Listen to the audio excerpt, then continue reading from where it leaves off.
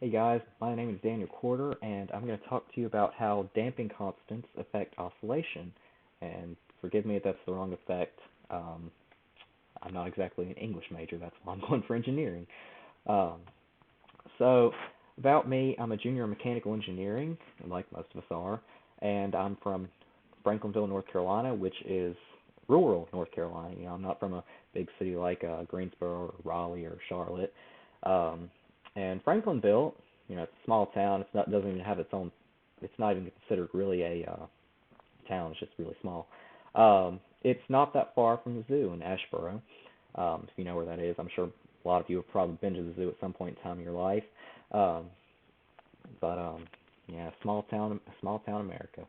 But I'm I am interested in designing, building, and problem solving. So, what I want to do with my engineering degree is I want to work for a company and work to build a product. Um, I'm not interested in, working for a university and researching a particular problem or anything.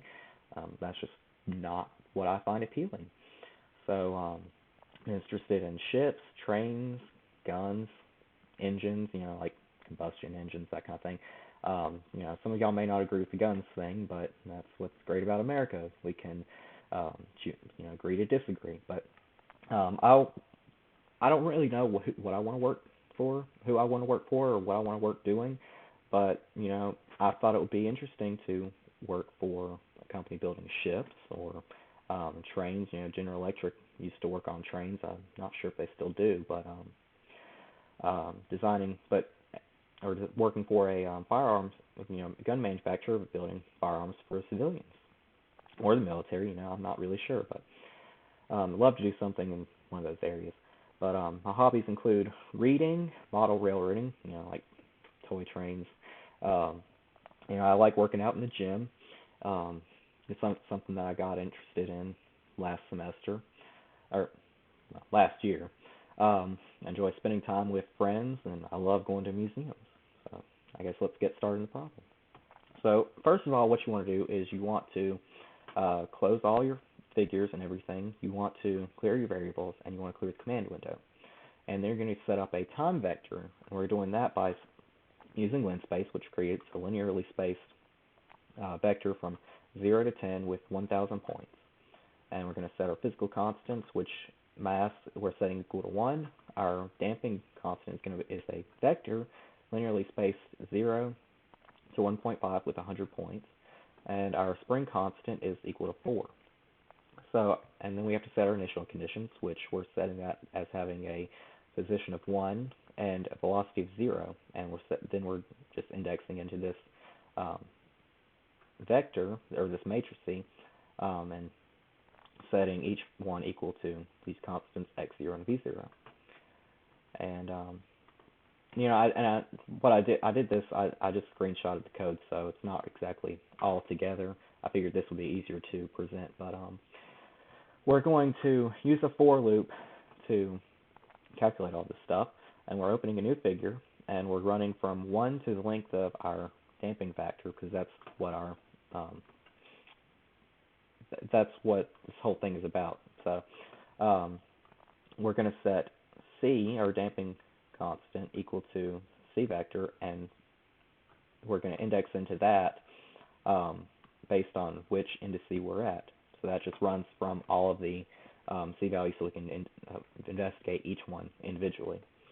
So we're going to calculate our vibratory constants, which is the natural frequency, what it is without damping.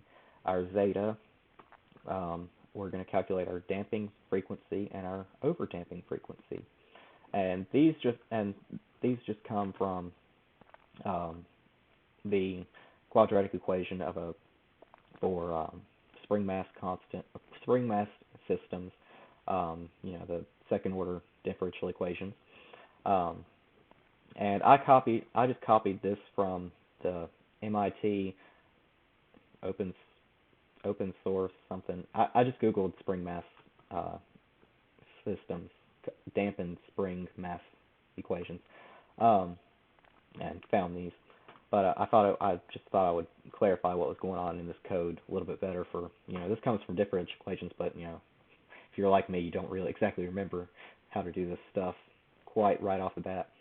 Um, so then we have to account for each case, which is undamped, which is without a damping constant, underdamped, critically damped, and overdamped. And critically damped just means that your spring constant squared is equal to 4 times the mass times the spring constant.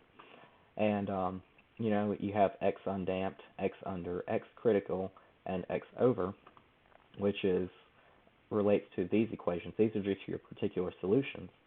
And this is for undamped and underdamped. This one is for critically damped, and this one is for overdamped. Going back to differential equations. And and that's just calculating characteristic equations. So, and then we're setting up our plots, setting the tidal equal to the damping constant, and setting your y limits. And we're going to pause while we're doing this so that we can see what's happening in the graph, so it doesn't just go from 0 to the end in like a blink of an eye. We want to actually see what's happening to the graphs of the oscillations. Well, we don't want to go to the end quite yet, so we're going to go to MATLAB, and we're going to run this code. This is just the code that I've been screenshotting in the presentation. So we're going to run this. And as we can see, as C gets larger, the system is not oscillating. Whereas normally with a undamped spring, you pull the mass and it just keeps oscillating back and forth until finally it stops oscillating. But when you have the damping factor, you're reducing your how much it oscillates back and forth. And here at this 1.5, we can see that it basically doesn't oscillate. So let's run that one more time so you can kind of see a little better what's going on. It doesn't oscillate. It's kind of like car springs where, if you hit a bump, you don't want it to just keep bouncing up and down, like in the 50s and 60s when cars did that. You want to have it where it hits a bump and it doesn't bounce up and down. So that's pretty much it. So as a damping constant gets bigger, it doesn't oscillate. That's pretty much it. So thank you for watching my presentation. If you have any questions about what I presented, code-wise or anything else, my email is dgcorder@ncsu.edu. Thank you for listening.